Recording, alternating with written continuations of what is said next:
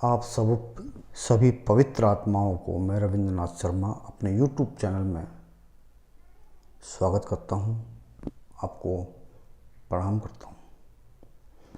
आप सभी भाग्यशाली हैं और उन्नत हैं, उन्नति के मार्ग पे हैं।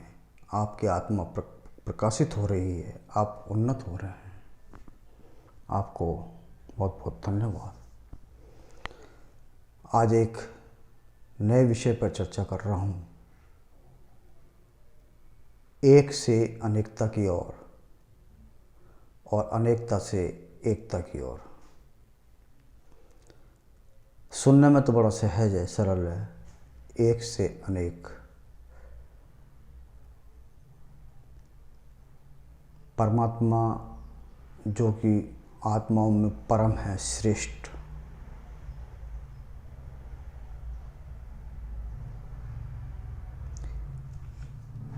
इसलिए परमात्मा है।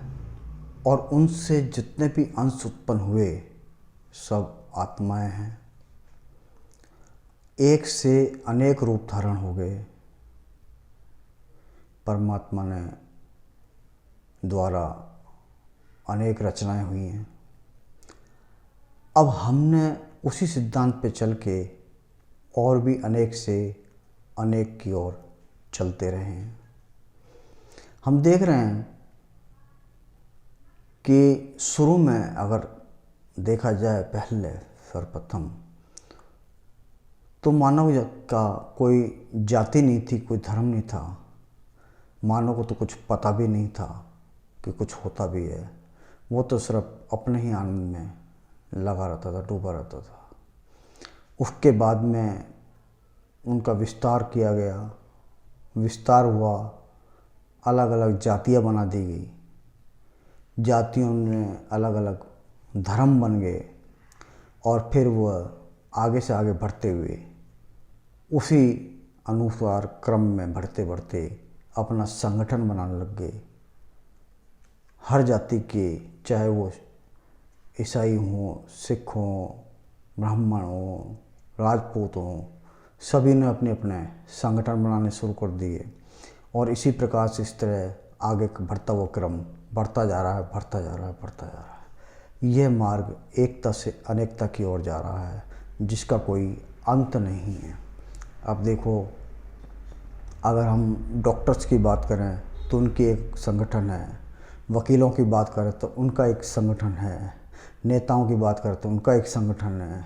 ठीक इसी प्रकार से अब वकीलों की बात करें तो उनका भी एक संगठन है। सभी जातियों में अगर बात की जाए तो उनका भी सबका अपना एक संगठन है और उसी के अनुरूप वो आगे भी बढ़ते जा रहे हैं। अगर हम इंसानों से हट के जानवरों की तरफ देखें तो वो भी एक ही प्रकार के ग्रुप में बैठे रहते हैं। बंदर हो, सियार हो, शेर हो, कबूतर हो, कहीं भी देख लो आप, सब जगह एक ही मिलेगा। उसका मूल कारण क्या होता है कि सबके अंदर एक ही गुणवत्ता है। एक ही गुणवत्ता क्या होती है? जो गुण प्रकृति 3 गुणों से है, जिसमें तमोगुण है, सात्विक गुण और रजोगुण है। अब अगर रजोगुण के आदमी हैं तो रजोगुण में ही के इकट्ठे हो जाते हैं, सात्विक गुण वाले सात्विक में, तमोगुण वाले तमोगुण में। सबका एक दूसरे से मैच हो जाता है और वो संगठन बनाते के और आगे बढ़ते चले जाते हैं। यह एक कितने अनेकों में विस्तृत हो गया है, इसका कोई पता नहीं है और ये कहाँ तक जाएगा इसका भी कोई अंदाज़ा नहीं है। इससे हमारी ऊर्जाएं नष्ट हो रही है। हमें अपना ये पता ही नहीं है कि हम इस धरती पे किस लिए। हमारा जन्म इस संगठन में जाके इकट्ठे होना और उसको आगे बढ़ाने के लिए नहीं। हमारा जन्म तो स्वयं की अपनी ऊर्जा को, अपनी आत्मा को प्रकाशित करने के लिए है। हम उसको कितना ऊंचा ले जा सकते हैं इसके लिए। सात्विक गुण वाले जितने भी तपस्वी हैं, संत हैं, सब अपना संगठन बना के इसमें रह जाते हैं। उनमें भी कुछ ही विरले होते हैं जो इस ऊर्जा को, महा ऊर्जा में ले जाते हैं और परम ऊर्जा में विस्तृत हो जाते हैं। यह जो हमारी छोट ऊर्जा है, हम इस रूप में हैं तो इसका भी कारण हम ही हैं। परमात्मा स्वतंत्र है, हमने अपने आप को बंधन में डाल लिया। हमारी कभी कोई इच्छा रही है कि हम मानव बने तो हम मानव बन गए। जिस गुण को लेकर के हमारी ये इच्छा है कि हम वकील बनेंगे, पढ़ लिख के वकील बनना है तो उस रूप में चले गए, डॉक्टर बनना उस रूप में चले गए। जो भी काम करना है हमको, सुधार का करना है, नाई का करना है या स्वर्णकार का करना है, तो उस गुण में रूपांतरित हो के ऊर्जा और हम उसमें इकट्ठे होके उस काम में लग गए।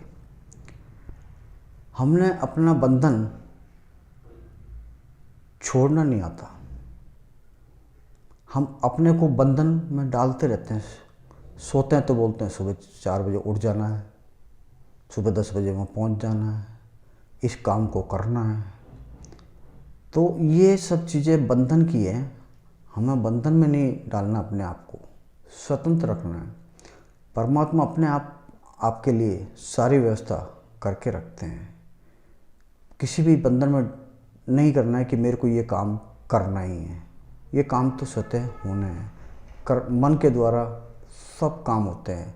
मन स्वतः तो काम करता ही है, लेकिन उसके द्वारा उससे भी और उत्पन्न है इंद्रियां, उनके द्वारा मुख्य रूप से काम होते हैं और हम उलझते चले जाते हैं। स्वतंत्रता हमने खो दी है। जो हम स्वतंत्रता लेके आए थे वो स्वतंत्रता हमारी खो गई। अभी हम देखते हैं कि हमारा प्रकाश ज़्यादा दूर तक नहीं जा पाता है। कारण क्योंकि हम स्वतंत्रता नहीं, बंधन में हैं। इस शरीर में जितने दूर तक हम देख सकते हैं उतनी दूर तक ही देख सकते हैं, लेकिन जो लास्ट स्टेज दिखाई दे रही है उससे वहाँ जाके हम खड़े हो जाएं तो इतनी ही दूरी जितनी देख पा रहे थे उतनी दूरी और आगे तक हम देख पाते। इसी तरह से और आगे चले जाएंगे और उतनी ज़्यादा देख। एक सीमा है, सीमित से ज़्यादा नहीं देख पाते। सीमा है, उससे ज़्यादा हम सुन नहीं पाते, और सीमित है, इससे ज़्यादा हम सोच भी नहीं पाते। ये सब हमारे द्वारा जो बन गया है बंधन, उसके कारण है। हमें स्वतंत्र होना है। स्वतंत्र होने के लिए हमें अपने आप को बांधना नहीं है। जो हो रहा है उसको होने दीजिए, ज़बरदस्ती उसमें ना पड़े। परमात्मा इसीलिए परम है क्योंकि वो कभी बंधन में नहीं है। उनको कुछ आवश्यकता ही नहीं है। हमें पता नहीं कितनी आवश्यकता है, और ये आवश्यकता ही हमको बंधन की ओर खींचती है और हम बनते चले जाते हैं और अनेकता की चले जाते हैं। अनेकता से एकता की वापस जाएंगे, तब ये जितने भी आत्मा हैं परमात्मा में एकाकार होके फिर वही एक हो जाएंगे। इसके लिए हमें अपनी आत्मा में, अपने जिस मार्ग में हम जा रहे हैं उसमें हमको अपने अंदर भी देखना है। अपने अंदर की जो ऊर्जा है, अंदर का जो प्रकाश है, अंदर का जो शांति है, आनंद है, उसको देखना है, खोजना है। इसके लिए आपको कुछ ज़्यादा ज़रूरत नहीं पड़ती है। 5 मिनट का काम है। हे परमात्मा, आँख बंद करें, अपनी आत्मा से ही बोलें, हे प्रभु, हे परमात्मा, मेरे अंदर आनंद कहाँ है? मैं बाहर क्यों जाऊं? मेरे अंदर सुख कहाँ है?